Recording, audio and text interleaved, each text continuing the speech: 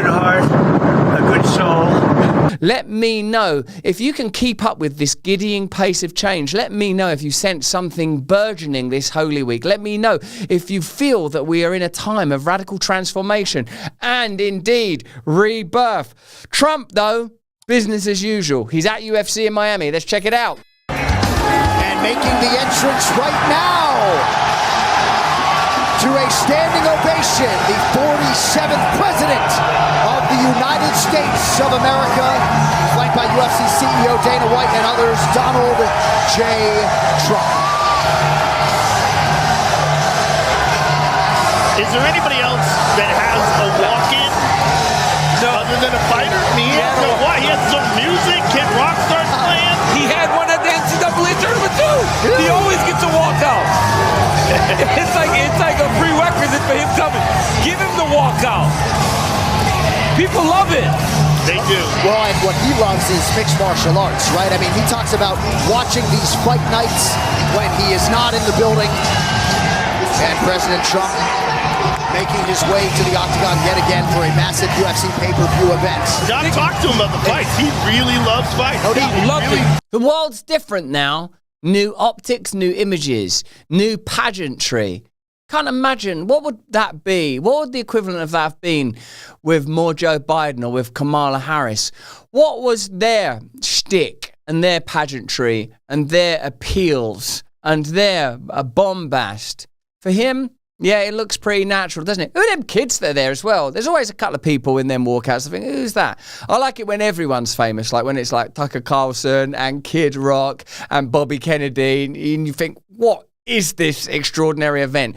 Trump is still, in a sense, baiting the decrepit and near-deceased Joe Biden, this time through cognitive tests. Trump's natural competitiveness leads him to assess his own appearance and performance in a cognitive test in ways that are pretty radical. I think at some points claiming that it revealed that his soul was in good shape. Let's have a look. Everybody, Mr. President, just got back from Walter Reed. How'd it go? Planned with you. Went, I think well. Every test you can imagine. I was there for a long time. The yearly physical. I think I did well. I think they're releasing the report on Sunday. Doctors, highly respected doctors. Great place, great, amazing place, actually. Did they give you any suggestions or advice on anything you need to change up? A little bit, but overall, I think I felt I was in very good shape.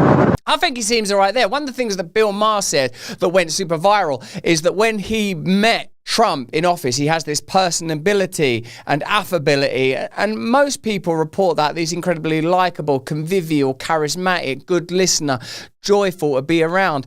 And the vitriol and, I'm going to say, sputum is part of the regular and ordinary public rhetoric that's not even particular to Donald Trump. All politics is like that. What is it when you see AOC shrieking hysterically? What is it when you see Keir Starmer nasally atoning that he's going to take no more nonsense and you better not say that or you'll get yourself all banged up, mate? What is it when sort of Macron all haughty and condemns people? I think the problem is sometimes that Trump's language vernacular has a different kind of resonance and a different kind of appeal. Said it on the show the other day that the fact is that an environment is being created in which someone like Trump, who has the dexterity and kind of vocal jiu-jitsu to manage these new conditions, he's flourishing. Kind of people want to change the rules a little bit now. It's weird, isn't it? It's a weird time to try to assess what the actual values were of the globalists, who definitely seem a bit blurry and befuddled right now, claiming suddenly to care about the stock market. So who are they supporting when they say that the trade wars and escalating tariff situation causes them concern? Like, whose side are they really on?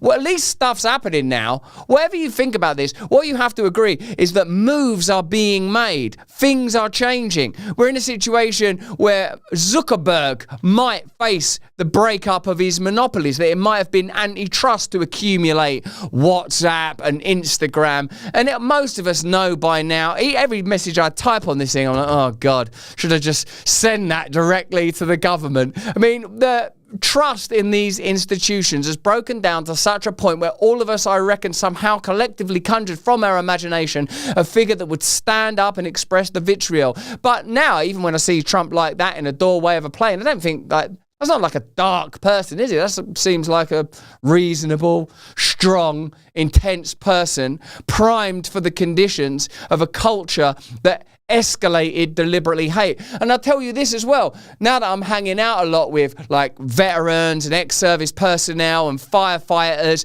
and people that like, you know, shoot and hunt and fish and live in the South, I've become more aware as a former liberal and occupant of cities and metropolitan life and cultural enclaves that you might regard as elite, that the rhetoric that was casually used to dismiss and condemn these people amounted to hate crimes itself, like, oh, these slack-jawed redneck hillbilly idiots, they're racist. I meet these people, they're like Christian and competent, and I think there's been for a long time a kind of war against male competence, because you know what, right? If actually every day you were going spearfishing, I don't think you would want to sit around on a PlayStation 5 smoking weed and masturbating, because you would have to be diligent and able to get a boat across a sandbank. You'd need to know how to load up a harpoon gun. You'd have to know how to equalize. Getting the mask on's pretty difficult, actually. You'd have to be able to swim down 20, 30, 40, 50 feet and not freak out if you see a bull shark, and then like see a grouper or whatever fish is in season, because these guys were pretty diligent about that, and shoot it and not panic and not freak out and not spend all your time thinking, oh, every time I put the mask on and off I think it's pulling too much hair out. There's been a war against competence, a war against masculinity. Even the generation of a war between men and women is ridiculous. Men and women is the best team that there could ever be. That is the crucible of life itself. Men and women aren't at war with one another. Men and women were created to be together. That don't mean that there ain't no other option available, although there's some guidance in here that I take pretty seriously for myself. But my religion is for me. I'm not expecting everyone to take it seriously, but what I do take seriously is when a culture behaves as a religion, when a state behaves as a god. When they determine what speech should be free and what speech should be denied and who it is that should be jailed and who it is that should be killed. Man, this is a time to awaken and awaken fast. This is a time that created Trump as president. You can't even sit and equivocate and make a moral judgment about it. Maybe you could say the same for Elizabeth Warren or AOC or Biden. It's a culture that generated a class of marionette, sort of squawking weird harpies and hollowed out husk politicians that were little more than vessels and vassals for corporatism. What we have got now is an opportunity to reboot, to align with nature fast, to become competent together, to revere and love one another, to advocate for maximum subsidiarity. That means control. Control over your life, control over your family, control over your community, and absolute surrender and service to the highest principle there is. And for me, that means God and Jesus. But that's just what I think. Why don't you let me know what you think in the comments and chat. The flavored air category is quickly becoming the leading alternative to vaping and smoking. And for good reason. It's a whole new movement towards better habits led by today's sponsor, Fume. We all have bad habits, but what if I told you there's a better alternative, something enjoyable that you can take with you anytime? Fume is an award-winning flavored air device. No vapor, no nicotine, just natural flavor. Brings flavor to your mouth, not your lungs. Use it anywhere. No smoke, no vapor, no stems, no seeds, no sticks, no restrictions. 100% nicotine-free, no chemicals, no addiction. Non-toxic flavors. A guilt-free alternative with natural ingredients. No batteries, no charging. Just pick it up and go. A fraction of the cost of vaping or smoking. Save money while making a better choice. Fume has lots of delicious flavors to choose from, like crisp mint, orange vanilla. Physiology shows stopping a bad habit using cold turkey is very hard on your brain. Fume works by replacing your hand-to-mouth fixation, calming nervous tension through fidgeting, and distracting you from your bad habit with delicious flavors. Go to tryfume.com/Russell Brand or scan the QR code and use code Russell Brand to get your free Fume topper when you order your journey pack today. Delicious flavored air instead of whatever it was you were doing instead before. Fume, minty or orangey, but in any event, delicious. Hey, thanks for watching. If you want to see more uncensored content where free speech can flourish, join our live stream. Click the link right here to watch the next video if you want to, or become a member of a growing movement. Download the Rumble app and you'll be informed every time we make a new piece of content. Stay free.